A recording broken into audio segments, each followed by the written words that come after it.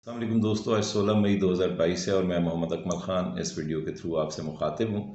और शुरू में वही दरख्वास्त है कि अगर आपने चैनल को सब्सक्राइब ना किया हो तो सब्सक्राइब कर लें ताकि हम मुस्तक़बिल में कनेक्टेड रह सकें। आपको पता है कि बहुत इम्पॉर्टेंट और बहुत दिलचस्प आजकल दिन आए हुए हैं सियासत में पाकिस्तान की, तो उसमें से चुनना बड़ा मुश्किल हो जाता है कि आप कौन सा मौजू चुनें और किस पे बात करें। लिहाजा मैं डिफरेंट मौजू पे बात करूँगा क्योंकि बहुत सारे लोग जो है वो रूटीन की जो ख़बरें हैं उनके ऊपर बात करते रहते हैं। तो इस वक्त मुझे जो सूरत हाल बनी हुई है हुकूमती कैंपों में, क्योंकि हुकूमती कैंप आप अंदाज़ा लगा लीजिए कि एस्टैब्लिशमेंट से लेके और 13 सियासी जमातों तक सारा हुकूमती कैंप है, यहाँ से वहाँ तक हुकूमती कैंप है, सिवाय इमरान खान साहब को अगर बाहर कर दें तो वो अपोजिशन है और बाकी सारा हुकूमती कैंप है।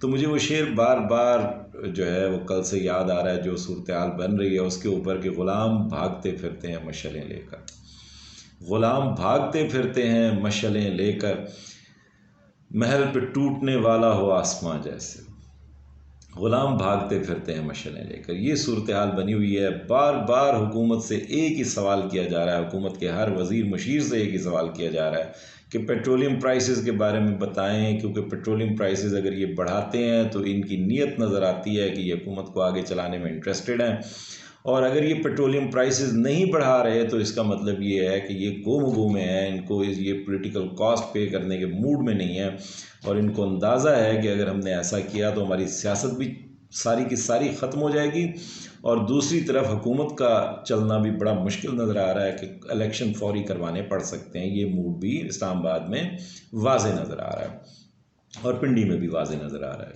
ये मैं कल भी एक वीडियो कर चुका हूँ।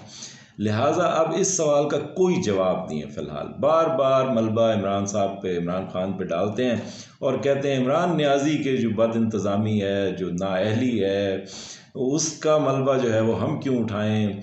और फिर शहबाज शरीफ साहब अनोखे लाडले हैं, ज़ाहिर है हुकूमत में लाए गए हैं, तो उन अनोखे लाडले जो हैं लेकिन नाअहल तो हैं, ये तो तयशुदा है। वो तो पंजाब में हुकूमत एक मेयर की तरह, एक यूसी चेयरमैन की तरह चला रहे थे, आनियाँ जानियाँ, और मीडिया मैनेजमेंट के थ्रू और जनाब पब्लिक रिलेशनिंग के थ्रू मीडिया उनको बहुत बड़ा करके दिखाता था। अब जब से वो वज़ीर आज़म बने हैं बुरी तरह एक्सपोज हुए हैं, और अपना जो स्टेचर है, जो एक नॉर्मल न्यूट्रल हल्के हैं, उनमें उन्होंने बता दिया है कि उनके अंदर कोई इंतज़ामी सलाहियत नहीं है, किसी किस्म का मुश्किल फ़ैसला वो नहीं ले सकते वज़ीर आज़म, और ख़ास तौर पे हमारे मुल्क का वज़ीर आज़म, और जो माशी हालात हैं हमारे और जो ख़ित्ते के हालात हैं वो बहुत मजबूत आसाब और बहुत विजनरी उसका होना बहुत ज़रूरी है।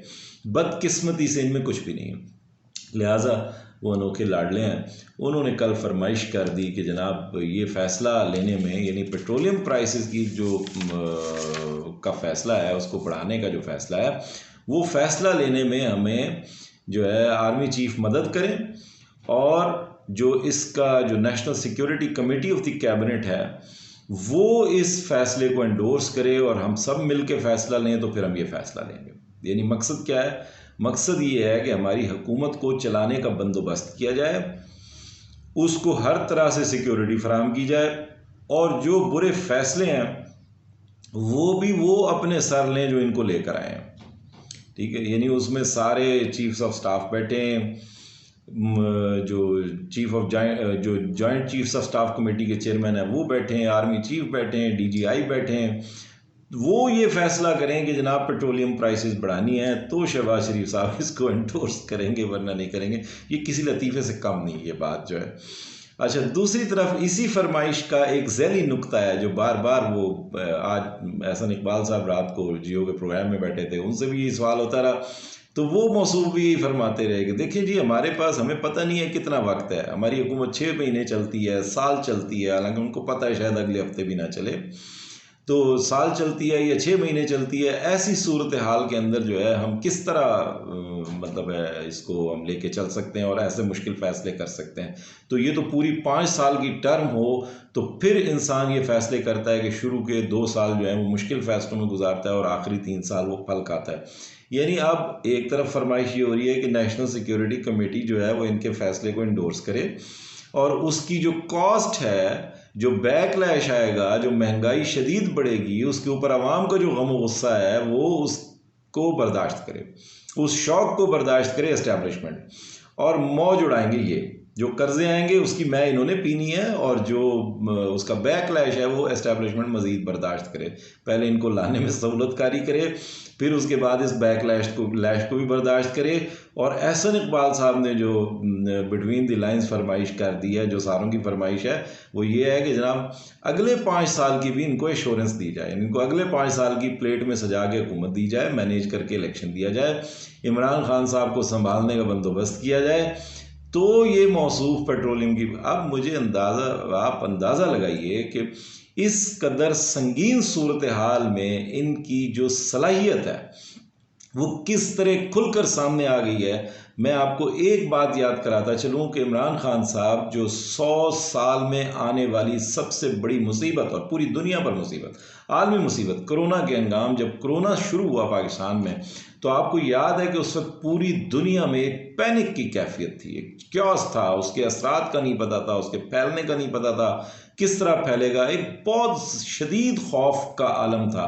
उस खौफ के आलम में भी हमारी अफवाज, ये हम सब जानते हैं, हमारी अफवाज से लेके हकूमती हलकों तक, इमरान खान को छोड़ के हकूमती हलकों तक ये कंसेंसस था कि मुकम्मल लॉकडाउन कर दिया जाए। उस फैसले के खिलाफ, उसके असरात बद को जानते हुए इमरान खान साहब ने रेजिस्ट किया, और इमरान खान साहब उस फैसले के हक में नहीं थे, लेकिन तमाम लोगों ने मिलकर वो कंप्लीट लॉकडाउन लगा दिया। इमरान खान साहब ने सबको रेजिस्ट करके चंद ही दिन के बाद उस कंप्लीट लॉकडाउन को स्मार्ट लॉकडाउन में तब्दील करवाया। जो उनके बदतरीन नाक़िद हैं वो आज उसका क्रेडिट लेते फिरते हैं। बिलावल भुट्टो साहब अभी अमेरिका में उसका क्रेडिट ताज़ा लेके आए हैं स्मार्ट लॉकडाउन का, हालांकि शदीद नाक़िद थे। उस वक्त बहुत शोर यही सारा मीडिया मचाता था, यही अपोजिशन मचाती थी, वो जी लोग मर जाएंगे, खप जाएंगे, जी सड़कों पे लोग पड़े होंगे, लाखों की तादाद में लोग मर जाएंगे, पता नहीं क्या हो जाएगा, वरना बस कंप्लीट लॉकडाउन कर दें किसी तरह। लेकिन इमरान खान साहब ने इंडस्ट्री को भी खुलवाया, ट्रांसपोर्टेशन को भी खुलवाया, जो गुड्स ट्रांसपोर्ट है उसको भी खुलवाया, लोगों के रोज़गार से उन्होंने लोगों को खेलने नहीं दिया, बहुत ज़्यादा कंपनसेशंस दी एहसास प्रोग्राम के थ्रू, इंडस्ट्री को उनके बिजली के बिलों में बहुत ज़्यादा रिलीफ दिया। ये सारा कुछ करते हुए उन्होंने मईशत को बचा लिया, और आज 2 साल के बाद पूरी दुनिया मोतरफ है पाकिस्तान की कि जिस तरह पाकिस्तान कोरोना से निपटा वो कोई नहीं निपट सका। यानी इतने बदतरीन दबाव और इतने मतलब शदीद तरीन हालात के अंदर जो उन्होंने फ़ैसले किए, उन्होंने अपनी स्टेट्समैनशिप साबित की और अपना लीडर होने का लेजेंडरी विजन जो है ना उसको साबित किया।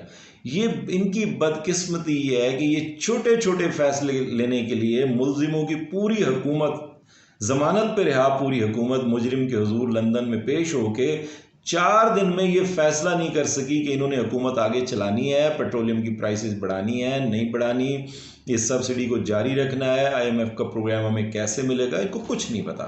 बाकी IMF से लेके अमरीकी ईमा के बावजूद IMF से लेके सऊदी अरेबिया, UAE और चाइना तक फ़िलहाल इनको हर तरफ से झंडी कराई गई है, लिहाजा इनकी हुकूमत तो चलती नज़र नहीं आ रही, इसलिए इलेक्शन की तरफ तो जा रहे हैं, वो मैं आगे चल के बात करता हूँ। ये एक इब्तदाई बात थी। अब जो इनके, आपको पता है इनके नवाजने का तरीका, ये जजों को भी नवाजते हैं, ये जर्नलों को भी नवाजते हैं, ये हर उस शख्स को नवाजते हैं, सहाफ़ियों को भी नवाजते हैं, ये हर उस शख्स को नवाजते हैं जो किसी भी तरह अफेक्टिव हो सकता है इनके लिए। तो चूँकि जर्नलिस्टों को नवाजने का सिलसिला जारी है, फ़ाद हुसैन साहब को जो है वो मुशीर बना लिया गया है, वज़ीर के बराबर उनका दर्जा है। अब बहुत सारे लोग जो दीगर लाइन में लगे हुए थे वो अब पैनिक हुए हैं और उनको समझ नहीं आ रही कि अब वो क्या करें। तो जो हमारे महबूब सहाफ़ी हैं तलत हुसैन साहब ने जो है वो इसकी बड़ी वाज़ेह मतलब इस पे बात कर दी है इलेक्शन के ऊपर। कल मोहतरमा मरियम नवाज़ साहिबा जो हैं वो फरमा रही थी गुजरात के जलसे में कि लंदन में बैठा हुआ नवाज शरीफ ये फैसला करेगा पाकिस्तान में कब इलेक्शन होगा। जी हमें पता है, बिल्कुल पता है, वही फैसला करेंगे।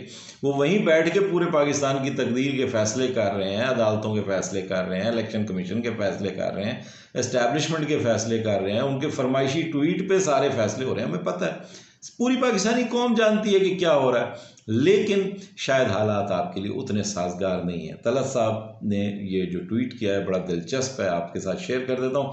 तलत साहब ने फरमाया कि नवाज शरीफ ने इमरान खान की तबाहकुन पॉलिसियों की सियासी कीमत चुकाने से इनकार कर दिया। अब शहबाज शरीफ के पास जो बतौर वज़ीर आज़म वैसे ही बेअसर व बेसमत नज़र आते हैं, असम्बली तहलील करने के अलावा और कोई ख़ास अमली रास्ता बचता नहीं है। पंजाब भी नए इंतखाबात की तरफ जाता नज़र आता है। यानी ये वाज़ेह है, ये सबको नज़र आ रहा है कि इस बदइंतज़ामी के साथ इस चूँ चूँ के मुरब्बे की हुकूमत चल नहीं सकती। वो मुल्क के पास वसाइल नहीं है कि मज़ीद नोच सकें, मज़ीद लूट खसूट कर सकें। बहुत मुश्किल तरीन फ़ैसले लेने हैं उनकी इनको आदत नहीं है। ये तो खुले हाथ से खाने वाले लोग हैं, तो ज़ाहिर है ये इस तरह के फ़ैसले ले नहीं सकेंगे। तो लेकिन जो आज का सबसे दिलचस्प जो है ट्वीट है और सबसे दिलचस्प मैं उसको तबसरा समझता हूँ, वो मैं आखिर में पेश करके इस वीडियो को ख़त्म करता हूँ। वो तज़िया जो है उन्होंने किया, जो हमारे सिरिल अलमाइडा, जो हमारे आपको पता है कि डॉन लीक्स के हीरो हैं, जो डॉन लीक्स वाले बाबा जिनको कहना चाहिए, उन्होंने बड़ा दिलचस्प तबसरा किया। उन्होंने 3 हर्फ लिखे हैं, सिर्फ 4 हर्फ लिखे हैं। उन्होंने कहा है कि उन्होंने सिर्फ ट्वीट किया है FMLN। अब FMLN का मतलब आप समझ सकते हैं शायद कि FMLN का मतलब क्या है। लोगों ने उनके इस ट्वीट के ऊपर बेशुमार तबसरे किए हैं। तो उन्होंने जो तबसरे लोगों ने किए हैं वो बड़े दिलचस्प हैं। किसी ने कहा जी FMLN, उन्होंने फिर बाद में इसको मज़ीद मजाक इसका उड़ाया डॉन का नाम लेके। वो आपको पता है कि उस पर फ़हद हुसैन के ऊपर उन्होंने FMLN कहा है कि ये जो है ना फ़हद हुसैन मुस्लिम लीग नून जो है ना वो बन गई है। तो नीचे लोगों ने बहुत सारे जो है ना उसके ऊपर कमेंट किए हैं, और उसमें कमेंट उन्होंने जो FMLN को लोगों ने कहा है कि ये एक्चुअली क्या हो सकती है। तो एक बहुत दिलचस्प मतलब है ट्वीट था। उन्होंने किसी ने लिखा कि फॉरेन फैमिली फ्रॉड, F से ये मुराद हो सकता है मुस्लिम लीग नून। और एक खातून है, उन्होंने बहुत खूबसूरत इस पर तबसरा किया। उन्होंने कहा कि ये फारिग मुस्लिम लीग नून भी हो सकता है, फॉरेन मुस्लिम लीग नून भी हो सकता है, फेल्ड मुस्लिम लीग नून भी हो सकता है, फेडेड मुस्लिम लीग नून भी हो सकता है, फेंटेड मुस्लिम लीग नून भी हो सकता है, फ्रॉडुलेंट मुस्लिम लीग नून भी हो सकता है। तो कुछ भी हो सकता है। तो लेकिन उन्होंने साथ ही लिखा कि आपकी मुराद, लेकिन मुझे लगता है कि फ़हद हुसैन मुस्लिम लीग नून से है। तो ये सूरत हाल चल रही है। और आज जो है वो इलेक्शन कमीशन में भी ज़ाहिर है फर्दर समातें होनी है। मुस्लिम लीग नवाज की तरफ से पंजाब में गवर्नर के ख़िलाफ़ भी लाहौर हाई कोर्ट में केस ले जाया जा रहा है कि जनाब इन्होंने आइन शिकनी कर दी है। तो बस देखते हैं अब क्या सूरत हाल बनती है। लेकिन सूरत हाल बस अगले चंद घंटों में ही बिल्कुल वाज़ेह हो जाएगी कि अब मुल्क सिर्फ झगड़े की तरफ जा रहा है या मुल्क इलेक्शन की तरफ जा रहा है। और मेरे ज़ाती तजज़िये में इलेक्शन के अलावा कोई चाराकार नहीं है, मुल्क को बहरतौर इलेक्शन में ही जाना है। अपना बहुत ख्याल रखिएगा। Thank you very much.